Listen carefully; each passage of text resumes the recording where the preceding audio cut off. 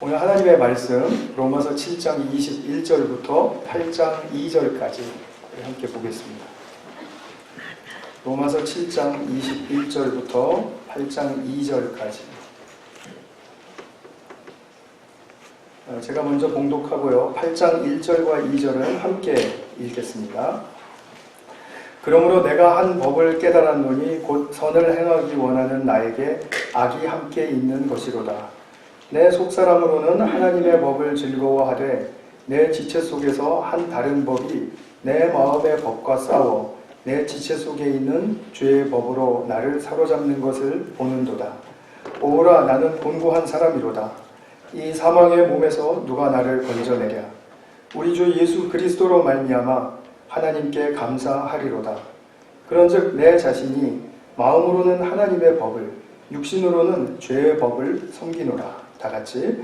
그러므로 이제 그리스도 예수 안에 있는 자에게는 결코 정죄함이 없나니 이는 그리스도 예수 안에 있는 생명의 성령의 법이 죄와 사망의 법에서 너를 해방하였습니다. 아멘. 복음의 여정 5번째 시간입니다. 죄의 법을 이기며라는 제목으로 말씀을 나누겠습니다. 제가 설교 시간에 몇 번 소개해드린 적이 있는 데이빗 시멘즈라는 복음주의 선교사이면서도 목사인 분이 있죠. 그분이 인도에서 16년간 길게 사역을 하면서 또 세운 교회를 섬기고 했습니다.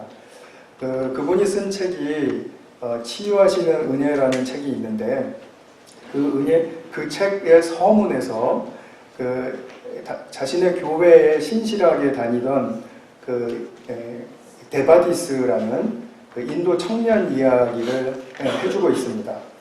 이 데바디스는 교회가 집에서 꽤 먼데도 이 자전거를 타고 계속 이제 왔다 갔다 하면서 일주일에 그 교회에 있는 모임과 예배를 빠짐없이 참석을 하고 또 성경을 열심히 읽고 또 공부도 하고요. 그리고 이 힌두교 친구들에게는 정말 저 친구는 목숨을 내놓고도 그리스도를 증거할 수 있는 친구야 라고 인정을 받을 만큼 그렇게 인격과 열정이 훌륭했던 그런 청년이었습니다.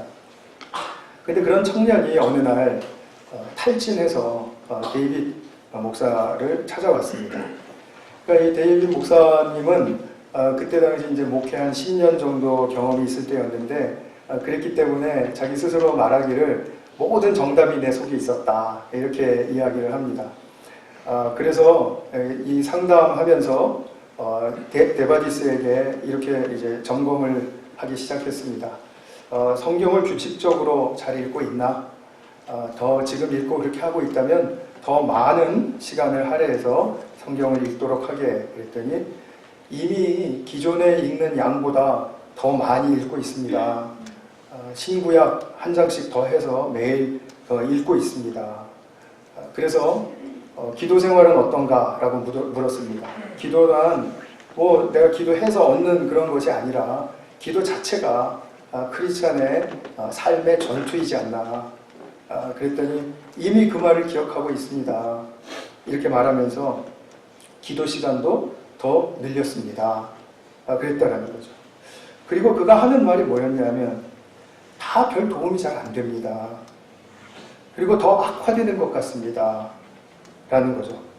내면에서 고갈됨을 느끼고 또 고통까지도 느끼게 되는 그런 일이 시작된 것입니다. 그의 고백은 아직 더 해야 한다라는 그런 느낌. 또 더 잘할 수 있기 때문에 실제로 더 하고 있는데도 여전히 다 했고 충분히 했다라는 느낌이 들지 않는다라는 것이었죠. 데바디스는 예배나 교제나 경건 생활에 있어서 아무런 문제가 없는 사람이었습니다. 오히려 본이 되는 훌륭한 사람이었죠. 그러나 내적으로는 실망이 있고 지침이 있고 그렇기 때문에 화가 있고 그리고 두려워지고 불안해지고 뭔가 잘 안 될 것 같은, 이렇게 해도 끝이 없을 것 같은 그런 그 생각 속에 빠지게 된 것입니다. 여러분들도 이런 경험을 하신 적이 있으십니까? 교회 생활에서 뿐만이 아니고요. 우리의 삶 속에서도 그렇습니다. 우리가 밤에 자야 될 시간이 어느 정도면 됐다라고 하는 그 정도면 내가 자야 할 시간이라는 것을 알면서도 그때가 잘 이렇게 지켜지지 않는 이유, 1시간, 2시간, 3시간 이렇게 더 늦춰져서 새벽에 돼서야 이제 잠자리에 들고 하는 그 이유가 뭘까요? 우리 예전에 있던 우리 청년 한 형제가 저에게 그런 말을 해줬습니다. 아마도 그 하루를 내가 충실하게 잘 살았다는 느낌이 없어서가 아닐까. 뭐 열심히 바쁘게 뭐 공부하고 뭐 또 교수님 만나고 뭐 실험도 하고 다 잘 했는데 빼곡하게 나의 타임 스케줄이 채워져서 아주 그냥 지칠 정도로 그렇게 열심히 살았는데 근데 막상 자려고 하다 보니까 뭔가 내가 오늘 좀 덜 산 것 같은 느낌. 그래서 이걸 좀 어떻게 보충해 봐야 되겠다 라는 그런 마음으로 자꾸 잠잘 시간을 지연시키면서 자기 자신에게 뭔가를 더 채우려고 하는, 그래서 책도 봤다가 또 뭐 인터넷도 틀었다가 뭐 했다가 하여튼 그러다 기도도 했다가 그러고 이제 잠이 들곤 하는 그런 삶의 패턴, 그런 것이죠. 오늘을 충분히 살았다는 느낌이 잘 안 드는 이유, 그것이 정말 충분히 내가 잘 안 살아서 그런 것일까요? 한번 우리가 짚어봐야 될 문제입니다. 우리가 또 배우자나 자녀들이나 또는 교우들이나 직장 동료들이나 이렇게 볼 때도 또 어떤 상황을 이렇게 우리가 만나서 뭔가 이루어지고 또 그 참 일이 이제 끝났구나 하는 그런 어떤 마무리 단계에 있는 일들을 맞을 때에도 괜찮긴 한데 뭔가 좀 부족하다라는 느낌? 99가 좋은데 일이 살짝 빠져 있으니까 이것 때문에 굉장히 찜찜하고 그리고 심지어는 여기에 대해서 실패감까지도 느끼는, 그래서 내가 이런 부분들에 대해서 또 어떻게 해야 하지? 하고 굉장히 막연하고 혼동스러운 가운데 빠지게 되는 그런 일들 경험하신 적 없으십니까? 데바디스처럼 종교 생활에서만 느끼는 것이 아니죠. 우리 모든 일상에서 느끼는 것들입니다. 그럼 어떤 사람들은 이렇게 물을지 모릅니다. 그런 부족감을 더 잘 예민하게 느껴야 발전하지 않겠습니까? 사람이 현재에 만족하면 소시민족 울타리에서 벗어날 수가 없습니다. 뭔가 더 잘하고 뭔가 더 큰 일을 하려면 부족감을 느껴야 되지 않습니까? 근데 제가 지금 여기서 말씀드리는 부족감이라는 것은 예를 들어서 수술실을 이제 준비를 하는데요. 수술실은 완전히 깨끗해야 되잖아요. 근데 거기 오염 물질이 묻어져 있어요. 그러면 수술실의 지금 준비가 부족한 거죠. 그럼 그건 구체적인 문제니까 닦으면 됩니다. 청소하면 됩니다. 내가 이제 요번에 시험을 보는데 챕터 1에서부터 3까지 이제 시험 범위입니다. 근데 아직 2과가 좀 제가 준비가 좀 덜 된 것 같아요. 그러면은 부족감이 있는 거 나쁜 거니까 그냥 이렇게 시험을 보자 이게 아니라 그때는 좀 잠을 좀 줄여서라도 2과 공부를 더 해서 시험을 보는 게 마땅한 것이죠. 제가 지금 말씀드리는 것은 막연한 부족감, 막연하게 잘못하고 있다라는 생각, 막연하게 지금 내가 어떻게 해야 할지를 잘 모르는 그 핀포인트를 할 수 없는 그런 상황들을 말하는 것입니다. 그런 부족감을 느껴야 더 분발하지 않겠습니까? 라고 말을 한다면 일면 일리는 있습니다. 일면 일리는 있는데 문제는 뭐냐 하면 내가 부족감을 느껴서 뭔가를 조금 더 해냈다면 그 사람은 거기까지입니다. 해낸 그 정도까지밖에 더 얻을 게 없습니다. 그것을 통해서 더 깊은 영적인 세계로, 영적인 축복으로 들어가야 할 길이 열려야 되는데 그것이 열리지 않고 항상 부족함에 쫓겨서 나는 하고 그 다음에 이렇게 처리해놓고 그 다음에 또 다음 넘어가고 하니까 항상 숨이 가쁜 거죠. 영혼의 숨이 가쁜 것입니다. 그러니까 깊은 의미와 가치를 찾을 수가 없다는 거죠. 뭐든지 부족하니까 내가 더 했어요. 그래서 이뤘어요. 그럼 그 다음 게 또 남아있어요. 아주 쳐들어오는 속도가 아주 대단하지 않습니까? 그러면 나는 그 내가 하고 있는 어떤 일이나 어떤 행동 속에서 깊은 의미와 가치를 찾지를 못한다는 거죠. 영적으로는 아직도 깜깜한 상태라는 것입니다. 일을 해도 그렇고요. 예술 활동을 해도 그렇고 섬기고 봉사를 하더라도 그렇습니다. 거기까지입니다. 그거를 통해서 뭔가 더 깊이 들어가야 되는 우리에게는 초청이 있고 또 우리에게 주시는 안내가 있는데 그 안내를 따라가지 못하고 그냥 항상 거기까지만 살게 되는 거죠. 근데 이런 막연한 부족감은 우리의 삶의 덜미를 잡습니다. 죄의 법이라는 표현이 오늘 본문에서 나왔습니다.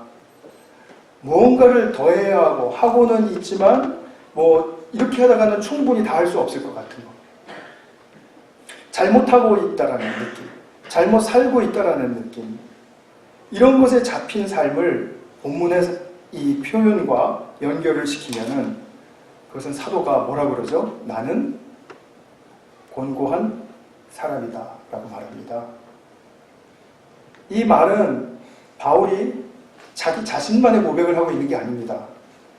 이거 성경을 이제 연구하는 또 우리 학자들이 또 엄청나게 이 본문 가지고 또 씨름하고 또 논쟁하고 합니다. 이걸 말하자면은 이 공고한 사람이라는 것은 이 바울이 예수 믿기 전의 상태를 말하는 거라는 거죠. 어떤 사람은 아니다, 예수 믿고 나서도 있을 수 있다. 여러분들은 1번에다가 한 표 던지시겠습니까? 2번에다가 한 표 던지시겠습니까? 2번. 네, 좋습니다. 맞아요. 예수 믿고 나서도 권고한 사람입니다. 사도 바울은 그런데 자기 자신의 고백만 하는 게 아니라 사람은 그렇다라는 것입니다. 인간의 실존의 상태를 지금 이야기해 주고 있는 것입니다. 그거를 자기가 나라는 그 구체적인 자기 자신을 대입함으로써 좀 더 실감나게 하려는 것이죠. 표현을 그렇게 하려는 것입니다. 그러니까 왜 곤고한 사람입니까? 보시면은 24절에 이 사망의 몸에 붙들려 있기 때문이죠. 사망의 몸이라고 말했습니다. 그 사망의 몸은 무엇 때문에 지금 입고 매여 있는 것입니까? 23절에 보시면 자기 지체 속에 있는 죄의 법으로 사로잡아 온다라고 이야기합니다. 자, 보십시오. 사도 바울이 자기 자신이 만들어낸 게 아니고요. 죄의 법은. 죄의 법이 사로잡아 온다라고 얘기를 해요. 그러니까 자기로서는 불가항력적이다 이거죠. 이것은 내가 안 하고의 문제가 아니라 그것이 인간의 실존에 덮쳐진 문제라는 것입니다. 그렇기 때문에 죄의 법으로 나를 사로잡아 온다라는 것에 대해서 지금 어찌할 바를 모르겠다라는 뜻입니다. 이거를 싸워서 이긴다. 오늘 죄의 법을 이기며라는 말이지만 제목이지만 그러나 죄의 법을 지금 싸워서 이긴다라는 그런 게 아니라 죄의 법이 나를 덮쳐버렸다. 이게 인간의 실존이다. 이런 말입니다. 근데 이 죄의 법이라는 말을 비윤리적인 그 죄의 사슬로 보시면 안 됩니다. 말하자면 이 죄의 법이 나를 사로잡아 와서 거짓말하게 하고 험담하게 하고 싸우게 하고 도둑질하게 하고 이런 것만을 이야기하는 것이 아닙니다. 지금 사도 바울이 자기가 도둑질하고 험담하게 해서 죄의 법이 사로잡아 왔다라 이런 뜻이 아니거든요. 그것은 뭐냐면 이런 윤리적인 죄를 말하는 게 아니고 사람이 몸이라는 것이 이 지난 시간에 말씀드렸던 것처럼 세상 가치관과 방식에 최적화되어 있기 때문에 그리고 최적화되려고 애를 쓰고 있기 때문에 이 고달픈 내면의 상태 내가 생각해도 나 참 고달프다. 힘들어 죽겠다. 그렇게 생각하는 그런 상태로 씌운다라는 거죠. 자기를. 그래서 내가 부족하니까, 내가 잘못하니까, 내가 더 해야 한다라는 이 내면의 생각들은 당연히 현재 감사할 수 없게 만듭니다. 그렇지 않겠습니까? 지금 내가 부족하고 더 잘해야 되는데 뭐가 감사하겠습니까? 그래서 감사와 기쁨을 위해서 이제 내가 또 애를 써야 되는 거죠. 그러다 보니까 하나님 앞에서 사람 앞에서 더 잘하고 더 좋아져야 한다는 그런 생각이 이제 또 나를 또 막 다시 지배를 하기 시작합니다. 그러니까 나를 사로잡는 거죠. 이것은 그냥 사로잡는 어떤 생각이라는 표현으로 부족하죠. 강박입니다. 강박. 그러니까 이 강박 때문에 불안증이 오고 두려움이 심해지고 그렇게 우울해지고 냉담해지고 이렇게 되는 거죠. 저희 집 아들이 초등학교 3학년인가 4학년 되던 해에 올림픽 경기가 열렸습니다. 이제 호주에서 저희가 살 때니까 이제 호주 출신의 그 수영 선수들을 이제 막 이렇게 응원했습니다. 그런데 호주 선수가 안타깝게 2등했습니다. 그래서 제가 막 안타까워하고 막 속상해하면서 조금만 더 잘했으면 되는데 조금만 더 잘하지 막 이렇게 속상해했더니 우리 아들이 저를 빤히 보면서 아빠 2등이야 2등 세계에서 2등 그러는 거예요. 뒤통수를 맞은 거예요. 그러면서 이제 그때 기억이 났는데 이 아이가 이제 크면서 이제 음악을 전공하고 또 이제 연주를 하게 되었습니다. 연주라는 행위가 얼마나 사람을 잡는지 모릅니다. 자기 자신만 본인뿐만 아니라 부모도 잡습니다. 근데 실수 안 해야지 뭐 이런 정도 문제가 아니거든요. 지금 연주자들한테는. 그러니까 훨씬 더 그 이상을 지금 꿈꾸고 바라보고 있는 것입니다. 그러니까 늘 조금 더 잘해야 되는데 완벽하게 자기가 준비가 돼 있는 것 같아도 조금 더 내가 이래서 인정 못 받겠는데 이래 박수 소리가 크지 않을 것 같은데 하는 이제 그런 생각으로 늘 부족하다는 생각이 들면 이게 법이 돼버린 거예요. 자기에게. 조금 더 잘해야 되는데 항상 교수님한테도 조금 더 잘 보여야 되는데 우리 친구들한테도 조금 더 인정받아야 되는데 좋은 말 들어야 되는데 그거 못 들으면 또 막 속상하고 내가 뭐 잘못했나? 내가 부족한가? 뭐지? 자꾸 이렇게 되는 거죠. 그러면 이걸 조금 더 잘해야지라고 몇 년을 애를 썼습니다. 우리 아들 얘기입니다. 몇 년을 애를 썼습니다. 그러다가 이제 드디어 딜레마에 봉착했습니다. 아무리 해도 더 잘할 수는 없구나. 그러니까 아예 지레 포기하는 그런 일들이 생겼다고 합니다. 그러니까 자기 악기 앞에 딱 앉았는데 오늘도 해봤자 이런 생각이 든다는 거죠. 이게 인간의 정상적인 생각일까요? 아니죠. 그날 주어진 그 연주의 기회가 얼마나 소중한 것입니까? 그리고 자기로서는 얼마나 천금 같은 그런 축복입니까? 그런데 뭐 오늘도 해봤자 자기 스탠다드에 모자라니까 오늘도 됐어. 뭐 될까? 오늘도 그 정도겠지. 하면서 포기하게 되더라는 거죠. 근데 이제 올해 들어서야 조금 내가 이 나를 즐기는 것이 참 중요합니다. 이렇게 고백을 하는 걸 들었어요. 그래서 이제 초등학교 때 그 마음으로 좀 돌아가긴 한 것 같아요. 그러나 아직도 이제 갈 길이 좀 있어야 되겠죠. 특별히 공동체에서는 리더들이 이런 함정에 빠지기가 참 쉽습니다.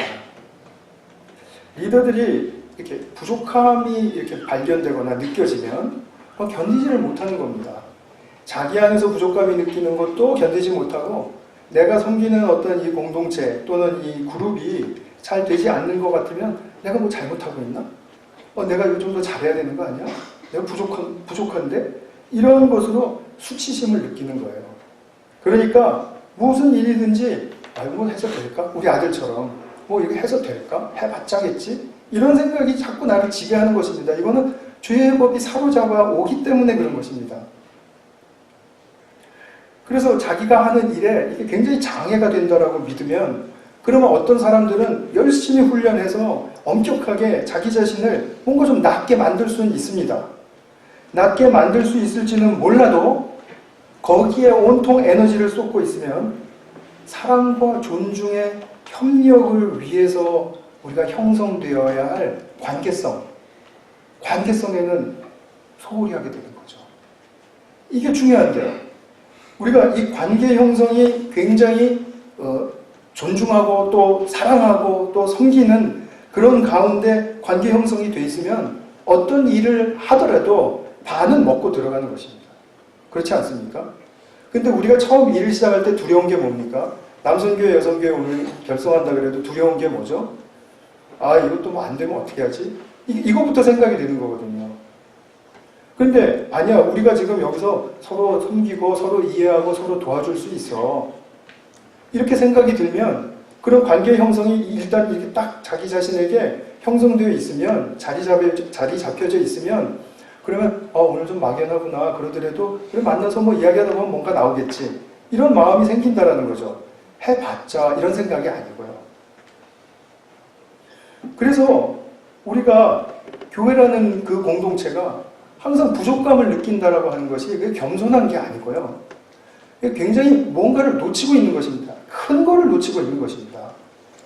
부족감을 느끼는 사람은 부족한 것만 봅니다. 그것만 보이게 되어 있습니다. 그렇지 않습니까? 우리 가족들의 장점란하고 단점란하고 이렇게 쓰라 그러면은 여러분 어디다 더 많이 쓰실 수 있을 것 같습니까?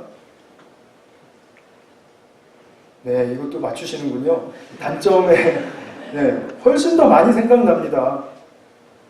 왜냐면 그것이 장점이라 하더라도 거기서 2% 부족하잖아요. 그럼 그건 바로 단점으로 되는 거예요. 그게 왜 그렇습니까? 사랑하지 않아서 그런 것입니다. 사랑하지 않으니까 2% 부족한 장점이 단점으로 보이는 것입니다. 그래서 우리 애는 그것만 하면 되는데 너무 그것만 하면 되는데 왜 그럴까? 너무 엄마 아빠는 안타까워 죽겠어. 이런 불필요한 모션을 쓰게 되는 거죠. 막연하게 부족감을 느끼고 제가 거듭 말씀드리죠. 잘못하고 있다는 생각, 더 잘 돼야 돼, 더 나아야 돼 이런 생각이 강박이 되면 우리의 행동과 태도를 매우 부자연스럽게 만듭니다. 교회 밖에 나와서 행동하고 내가 갖는 태도와 집안에서 행동하고 내가 갖는 태도가 똑같습니까? 다르시죠? 왜 그렇습니까? 이런 것들이 강박이 되는 거죠. 내가 조금이라도 약점을 보면은 저 사람이 나를 허튼 사람, 쉬운 사람으로 볼까 봐. 아무도 쉬운 사람으로 보지 않습니다. 사람은 정말 어려운 존재거든요. 자신도 타인도 하나님도 사랑할 수 없게 됩니다. 사랑하는 그런 어떤 노력은 할 수 있습니다. 그 가운데에서도. 그러나 진정한 사랑이 이루어지지가 않습니다. 여러분 이런 행동 양식을 완벽주의라고 말합니다. 퍼펙셔니즘, 완벽주의입니다. 제가 왜 미리부터 완벽주의란 말을 안 썼냐면요. 우리들의 대부분의 생각에는 완벽주의가 결벽증이랑 직결되어 있어요. 그래서 항상 더러운 걸 못 견디는 거를 완벽주의라고만 생각을 하시는데 전혀 그거는 정말 말로 속 세 발의 피입니다. 이게 우리의 내면 깊이 훨씬 깊고 이것이 우리의 죄성과 연결이 되어 있습니다. 굉장한 것입니다. 굉장히 큰 말이고 굉장히 적용 범위가 넓습니다. 이 완벽주의는 삶의 덫입니다. 완벽주의가 복음으로 사는 여정에서 어떻게 해악을 끼치는지 한번 살펴보겠습니다. 제가 또 앞서서 말씀드리고 싶은 것은 뭐냐 하면 나는 완벽주의 아니야. 나는 뭐 그 정도면 다 만족하고 나는 좋아. 뭐 그런 걸 얘기하는 게 아니에요. 내가 어느 한 영역에 있어서 나의 성품이라든지 나의 어떤 행동 양식이라든지 나의 습관이라든지 어떤 한 영역에 있어서도 내가 이런 것이 걸리면 이건 완벽주의입니다. 물론 증상이 심한 경우가 있고 약한 경우가 있습니다. 완벽주의가 우리의 삶에 해를 끼치는 것, 첫 번째, 사람과 공동체의 가치를 누릴 수가 없습니다. 좋은 것을 찾을 수가 없습니다. 사람과 교회 그리고 피족에는 하나님의 사랑으로 다 지어진, 특색에 맞게 지어진 존재입니다. 그렇죠? 그런데 그거를 보면서 항상 부족하게 느낀다라는 말은 좋은 점보다는 내가 흠과 약점을 잡기 위해서 능숙하다라는 뜻입니다. 더 익숙해져 있다라는 뜻이죠. 내가 흠과 약점을 잡는 이유는 더 발전하기 위해서라고 변명합니다. 그게 자기의 삶과 관계를 어떻게 망가뜨리는지는 생각하지 않고 더 발전하기만 위해서라면 그것은 우리가 지금 계산착오하고 있는 것입니다. 두 번째로는 이 완벽주의는 사람을 의식하지 않을 수 없게 만듭니다. 완벽주의는 조금 더 잘해서 이루고자 하는 그 수준, 조금 더 잘한다라는, 조금 더 이루어진다라는 그 수준이 허상이기 때문에, 거기 올라가면 분명히 또 더 조금 더 할 거예요. 그죠? 그러니까 그건 허상이에요. 허상이기 때문에 결국 자기의 숨을 조이는 결과를 가져옵니다. 그런데 이렇게 숨이 조여지는 그 내면의 답답함과 자기 그 고달픈 그런 상태를 좀 숨 쉴 수 있게 해주는 것이 무엇일까요? 남에게 칭찬받는 것입니다. 남에게 보이려고 하게 된다는 거죠. 이거는 자연스럽게 그렇게 되는 것입니다. 우리 산상수훈 지난 여름에 우리 카톡으로 쭉 하실 때 여기도 지금 여러분 수십 분이 계시지만 마태복음 6장 그 산상수훈의 중심에서 예수님이 가장 이 영적 생활에 해가 되는 그 중심 단어를 뭐라고 표현하셨죠? 사람에게 보이려고 그랬죠? 기억하십니까? 부디 기억을 해주시기를 바랍니다. 사람에게 보이려고 그것입니다. 그래서 사람을 의식하지 않을 수 없게 됩니다. 피곤한 삶이 되는 거죠. 세 번째로는 참 행복과 감사가 있을 수가 없겠죠. 앞서 말씀드렸지만 내 삶은 이래야 한다라는 이상을 설정하고 있기 때문에 따라서 그 과정에서 업앤다운을 많이 거칠 텐데 특히 다운되는 그때는 내 삶을 받아들일 수가 없죠. 그래서 행복과 감사가 있을 수가 없습니다. 네 번째, 좀 전에 또 이것도 잠깐 말씀드렸습니다. 가까운 사람도, 아무리 가까운 사람도 진정으로 사랑할 수가 없습니다. 사랑하려고는 하지만 자꾸 한계에 부딪힐 것입니다. 참 사랑이 안 됩니다. 완벽주의는 결국 자기 이기를 추구하는 행위거든요. 그러니까 나에게 만족하지 않으면 다 틀린 거예요. 그러니까 그게 안 됩니다. 결국 완벽주의는 나로 돌아오게 하는, 그러니까 하나님께서는 우리가 나를 넘어서서 나의 지경을 넓히고 그리고 사랑의 손길을 더 확장해라 라는 그런 삶의 본연의 소명의 일들을 주셨는데 그게 아니라 자꾸 완벽주의는 내 중심으로 끌어당기고 그래서 이거 아니면은 다 아닌 거죠. 근데 이거라는 것이, 내 안에 있는 이거라는 것이 이게 이상이고 허상이 되니까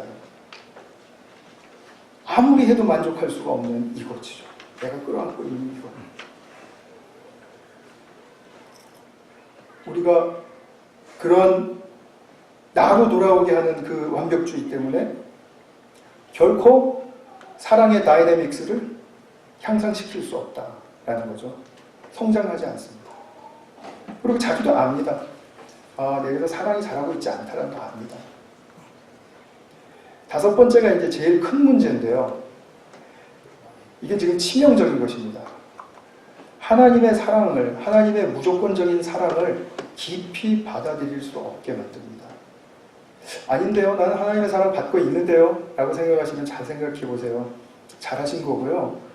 그러나 정말 내가 무조건적인 사랑, 나를 정죄하시지 않는 그 하나님의 100% 순수한 정죄 없는 사랑, 그 사랑 받고 계십니까? 그 받고 계신다면 그게 실감나야 되고 그것이 내 삶에서 무언가 꽃으로 피어나는 그런 과정이 있어야 됩니다. 그런데 1년을 기다려도 2년을 기다려도 5년을 기다려도 그 꽃이 맺혀지지 않는다면 나는 뭐예요? 하나님의 무조건적인 사랑을 지금 누리고 있지 못하다라는 뜻이지 않습니까? 우리가 모두가 다 크리스찬이 될 때는 하나님의 무조건적인 사랑에 감복하고 크리스찬이 됩니다. 근데 아이러니컬하게도 하나님의 자녀가 된 다음에, 즉 하나님의 자녀가 되는 그 완료 행위가 딱 끝난 다음에 우리가 더 깊고 더 위대한 하나님의 사랑으로 더 들어가고 그러려면은 하나님의 무조건적인 사랑을 내 일상 속에서 계속해서 받으면서 누려야 하는데 그게 안 되니까 계속해서 나는 완벽주의의 트랩에 걸려서 빠져나오지 못하는 거죠. 그런데 기독교에서 가장 큰 선물이 무엇입니까? 저와 우리 성도님들에게 기독교 이 신앙이 우리에게 가장 절실하게 주고 싶어하는 그 선물이 무엇입니까? 하나님의 무조건적인 사랑이지 않습니까? 이것이 살게 한다라는 거죠. 근데 보세요. 우리는 실제 삶에서 뭔가 부족해요. 그래서 하나님 이거 부족한 거 채워주세요. 뭔가 안 됐어요. 그래서 이거 되게 해주세요. 계속 그렇게 기도하는데 하나님께서는 나에게 뭐라 그러시냐면 나의 무조건적인 사랑을 좀 받아다오 하고 구해야 하십니다. 이게 얼마나 이 포인트가 안 맞는 이 지금 만날 수 없는 평행선입니까? 하나님께서는 나의 무조건적인 사랑에 의지하고 무조건적인 사랑으로 살아가라.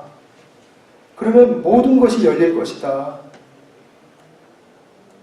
이것이 바로 우리가 인생의 승부를 걸어야 할 그런 아주 중차대한 하나님의 사랑이다 라고 말씀을 하시는데 우리는 계속해서 조금 더 나아져라. 이런 식으로 하니까 하나님의 사랑과 만날 수가 없다라는 거죠. 우리가 어디로부터 왔느냐? 하나님의 사랑으로부터 왔습니다. 하나님의 사랑이 아니면 우리가 인간의 형상을 하나님의 형상을 담고 이렇게 지어질 수가 없습니다. 그럼 우리가 돌아가야 할 곳은 어딘가? 하나님의 사랑의 세계이지 않습니까? 하나님의 사랑으로 돌아가야 되잖아요. 사랑으로부터 와서 사랑으로 돌아가야 되면 그 과정도 사랑이어야 하죠. 지금 하나님 거기에다 승부를 거시려고 하는 건데 우리는 자꾸 어긋나니까 완벽주의로 어긋나니까 그러니까 우리가 결론적으로 말할 수 있는 건 뭐죠? 완벽주의는 하나님의 사랑을 받지 못하게 하는 죄라는 거죠. 이 죄가 심각합니다. 우리 모두가 걸려있는 문제입니다. 크게 작게. 본문에서도 죄의 법이 나를 사로잡아 온다고 말했듯이 죄라는 세력이 내가 어떻게 컨트롤할 수 없을 정도로 그 기승을 부린다는 것입니다. 죄의 법의 가장 큰 목적은 말씀드렸듯이 그분 사랑을 받고 더 누리지 못하게 하는 것입니다. 받지 못하게 하고 더 누리지 못하게 하는 것. 사탄의 입장에서 보면요. 이것만 딱 틀어지면은 대성공이죠. 그렇지 않습니까? 입장을 바꿔놓고 한번 생각해 보세요. 사탄의 입장이라고 생각하시고 요것만 틀어놓으면 되죠. 요것만. 하나님의 사랑받는 자녀일수록 그 사랑의 진수에 더 깊이 들어가지 못하도록 마귀는 길을 쓰고 죄의 세력으로 나를 덮쳐오면서 조금 더 해야 돼. 부족하지?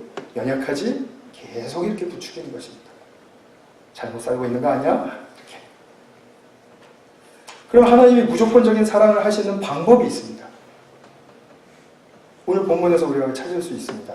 그것을 쭉 한번 말씀을 드려보겠습니다. 22절에 보시면 사람은 속사람이 하나님의 법을 즐거워한다라고 했습니다. 그렇죠? 하나님의 법을 즐거워하는데요.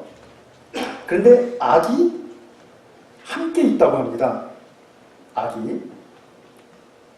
그래서 사도는 자기 속사람이 하나님의 법을 즐거워하고 악이 또 함께 있기 때문에 여기 갈등 구조에 있는 거죠.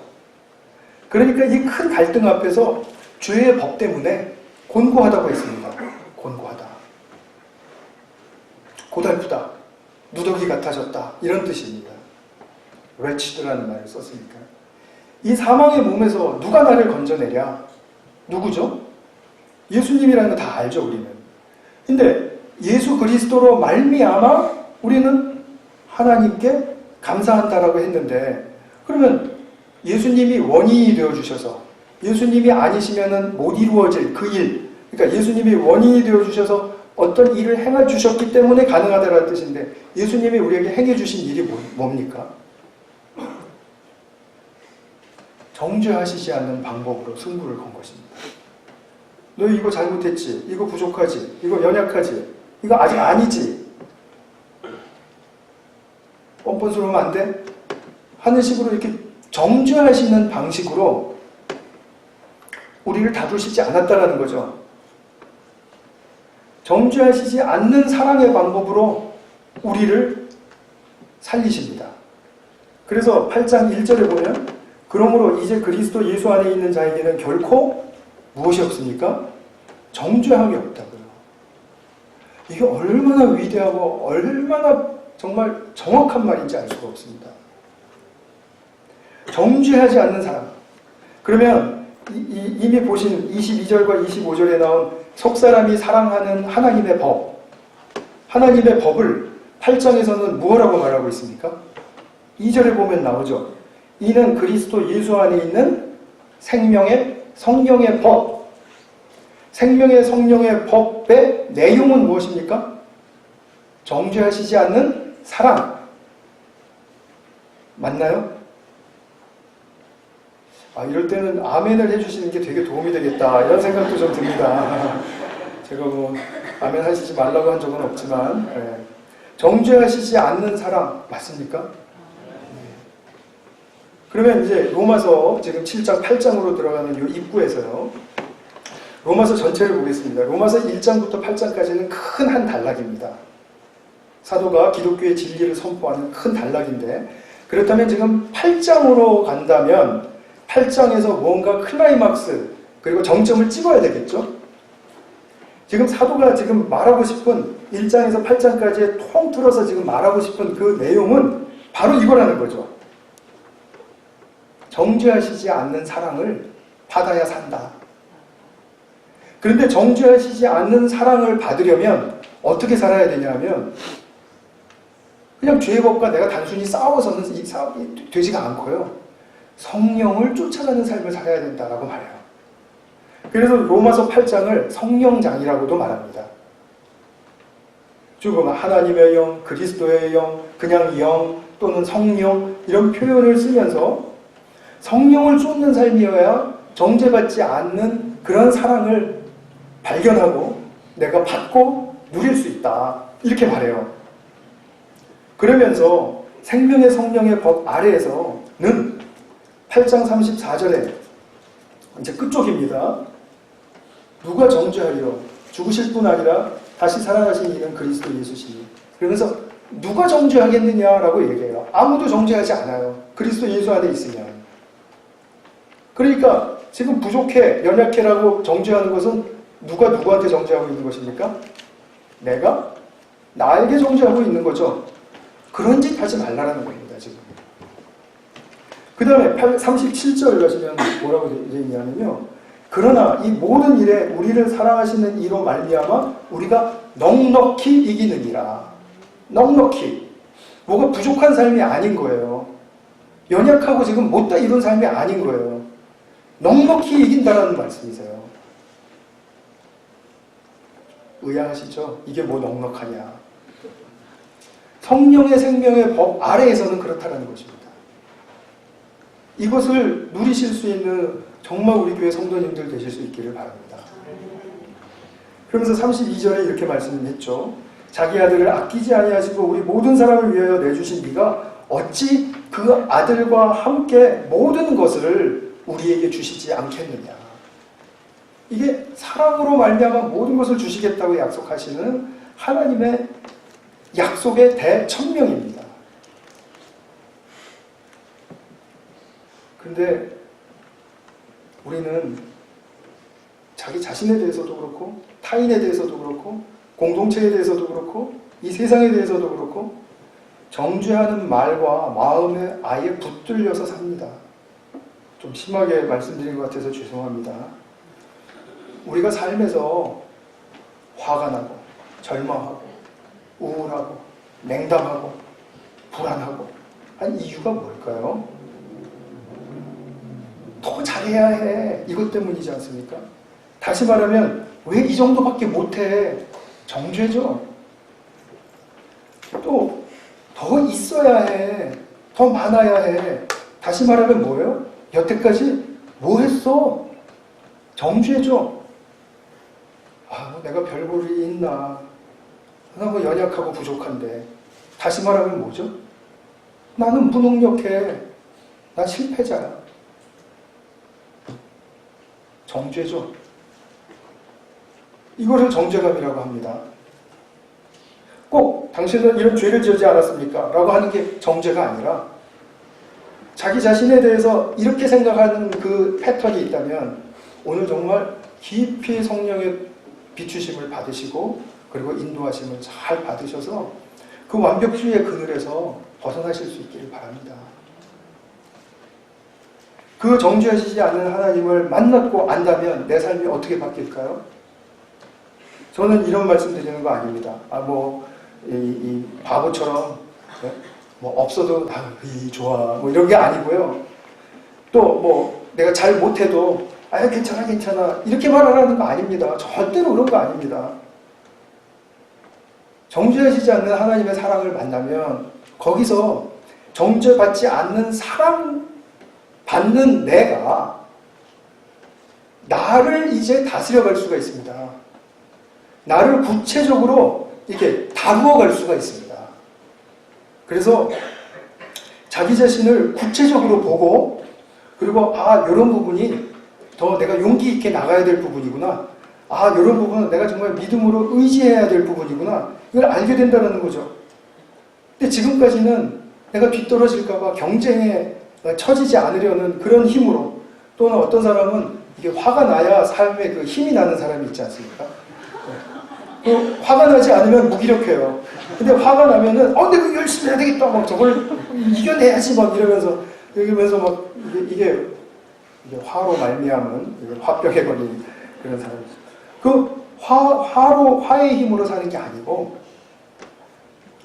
내가 부족함과 연약함을 인정하면서도 나의 가치를 발견하는 겁니다.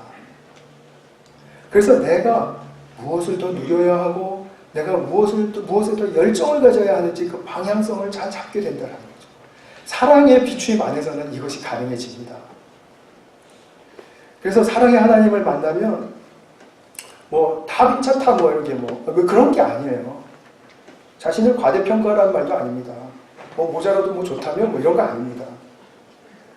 그러면 정죄 없는 이 사랑 제가 기도를 통해서 한번 좀 실천해 보시라는 의미에서 마지막으로 시편 한 군데 제가 읽고 말씀을 맺도록 하겠습니다. 시편 139편 23절 24절에 보시면 이런 말씀이 있습니다. 시인이 하나님께 간구하는 거죠. 같이 한번 읽어볼까요? 자, 시작. 하나님이여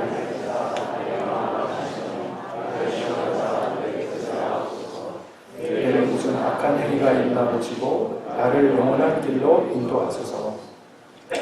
조금 전 번역을 제가 좀 더 풀어서 말씀을 드리겠습니다.